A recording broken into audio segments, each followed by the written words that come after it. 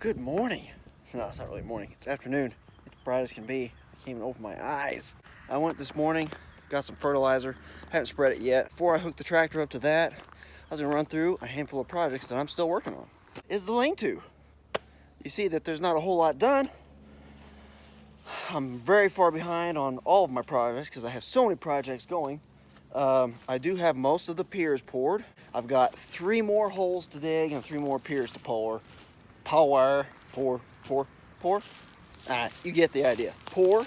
Once I get those poured, I'm going to make me some brackets and put my posts together, and I'll start putting posts up. Once I get to that point, the lean-to will go fairly quick. Don't know if I'm going to get it done in time to actually put hay from first cutting in here. Don't mind my mess. I'm in the midst of a bunch of projects, so I haven't cleaned everything up. But basically, here's kind of where my other project's going. I'm making a squeeze to use with another piece of equipment that I've had for a little bit, you guys don't know about. That is a stacker wagon. I actually have a New Holland 1032 stack wagon, stack liner, whatever you want to call it. And I am building a squeeze to use with that. Baler series has gotten put on the back burner. I really apologize, guys. Everything personally that's happened has really slowed all this stuff down. So right now I'm in priority mode.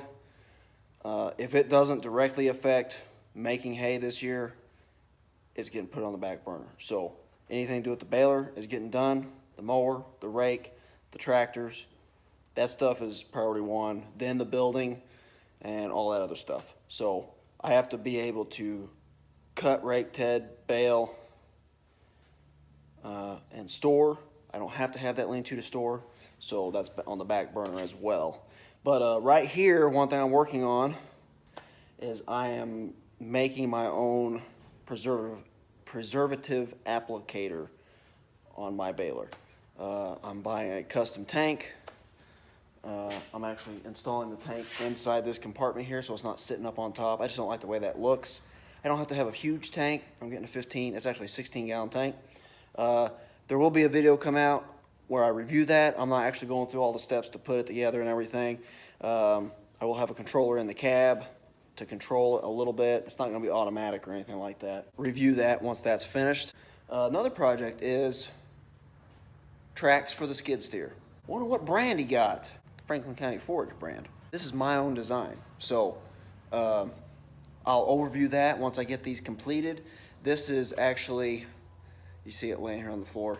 I've got a couple more pads I'm building to finish this one side, and then the other side is shortly behind that.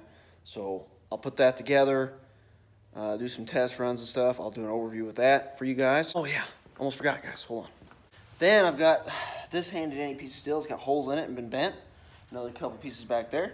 That's gonna be a hydraulic oil tank. I got a fertilizer bug. You've probably seen that in some of the other videos. The spreader system, the gearboxes, all that bad. So I've got a pump and 2 motors. I'm gonna make this a hydraulic drive buggy. It's gonna have its own pump and its own reservoir, hence the tank. So I got all that fabbed up. I just gotta weld it together. I don't know what number that is. 452 it seems like. Those are my projects for the most part.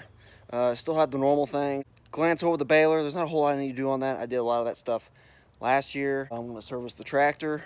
Service both tractors. I've got the hose to replace on the tractor. If I can get the squeeze done, I'm gonna have to go through the stack wagon. I'm gonna service it really well. Make the squeeze work. That makes it to where I can use the stack wagon. So that's my goal.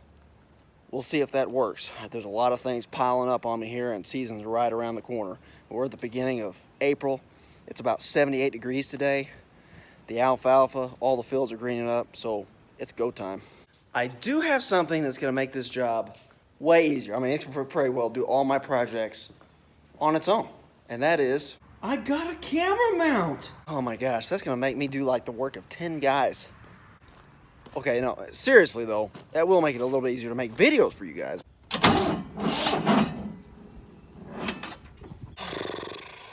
We're putting straight urea, which is about 50 pounds per cubic foot. So you go to your density up here, find which one it is. It's all the way over here, so it's pretty light. And we want 100 pounds to the acre is what I'm putting on. So at 2 inches opening, putting on 98 pounds to the acre. So we're going with 2 inches. Now I measure the opening. I put it on 2 inches down here. The opening is actually about 1.5 inches, which I'm okay with because I'd rather undershoot it so I can cover everything, and then I'll go back and double spread the areas that really need it a lot more. So let's get the spread. All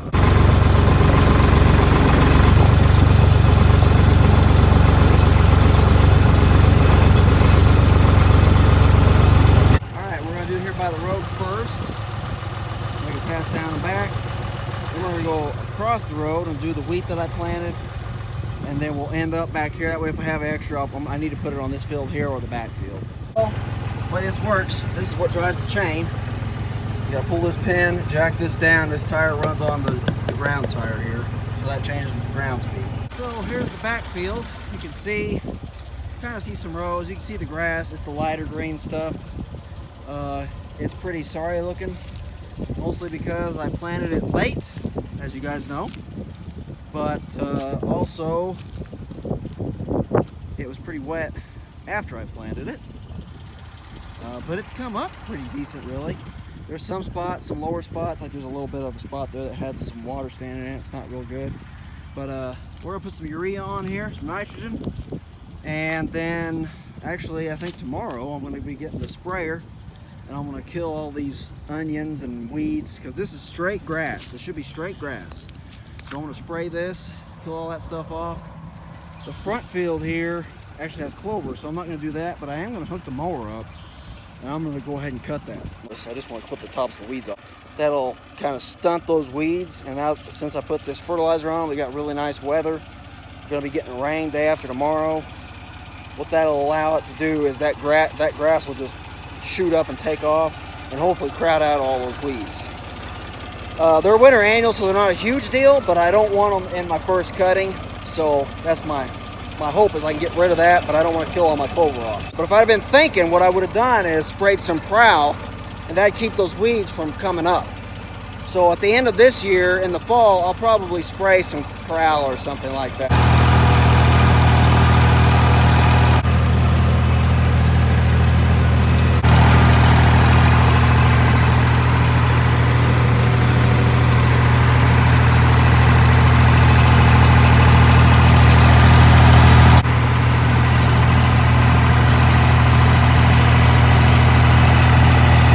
Guys, we just finished up, sort of. I'm empty.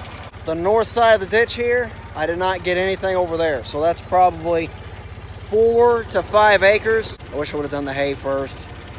It is what it is, you know, what are you gonna do about it? Go get some more fertilizer. The thing that really irks me is how terrible these spreaders spread. Why I've got that project to get my own going. I got enough to cover 30 acres. Should have had 26 acres I needed to cover. It over 22 acres is what I made it over. And I should have had 30 acres worth of urea. I guess that just means I got that much more on. That's almost 140 pounds to the acre, so just that much more I put on. It won't hurt anything. It'll probably help, actually, as long as this rain comes that they say we're gonna get. It's just annoying whenever you can't get over what you should be able to get over. You always have to buy extra, or you always have to spend extra time covering, go half rate, split your tracks, which is what I normally do, but with this new planting, it is extremely soft. Even though it's not wet, it's still, it doesn't really cut ruts, but it makes divots. I wrapped up with the spreader yesterday, put the bush hog on the little tractor, clipped those weeds off in the front field. I didn't get any of that because it was starting to get kind of dark. This morning I got up early, went and got the fertilizer. Got back, I was going to spread fertilizer, and the little tractor wouldn't start. So I think it's the key switch, because I don't have any power to anything. Lights, radio, nothing. So I got to work on that, but I had to bring my mom to treatments in St. Louis. So that's where I'm at now, doing some work on the computer, editing some videos while she's in treatment because they won't allow anybody in there with her. So this is the wrap up for this video.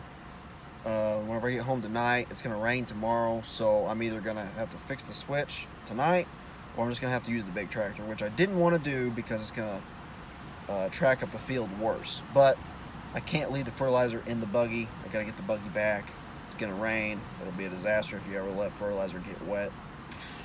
It's history. So this is it. Thanks for joining me. Stay tuned for wrap up of all these projects I've got going.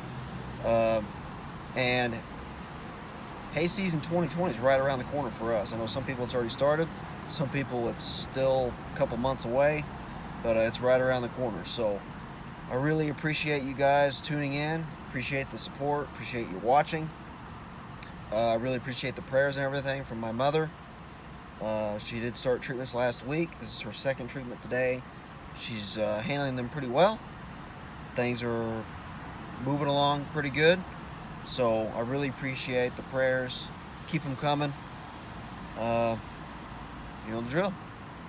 God bless you. God bless America. Franklin County Forage out.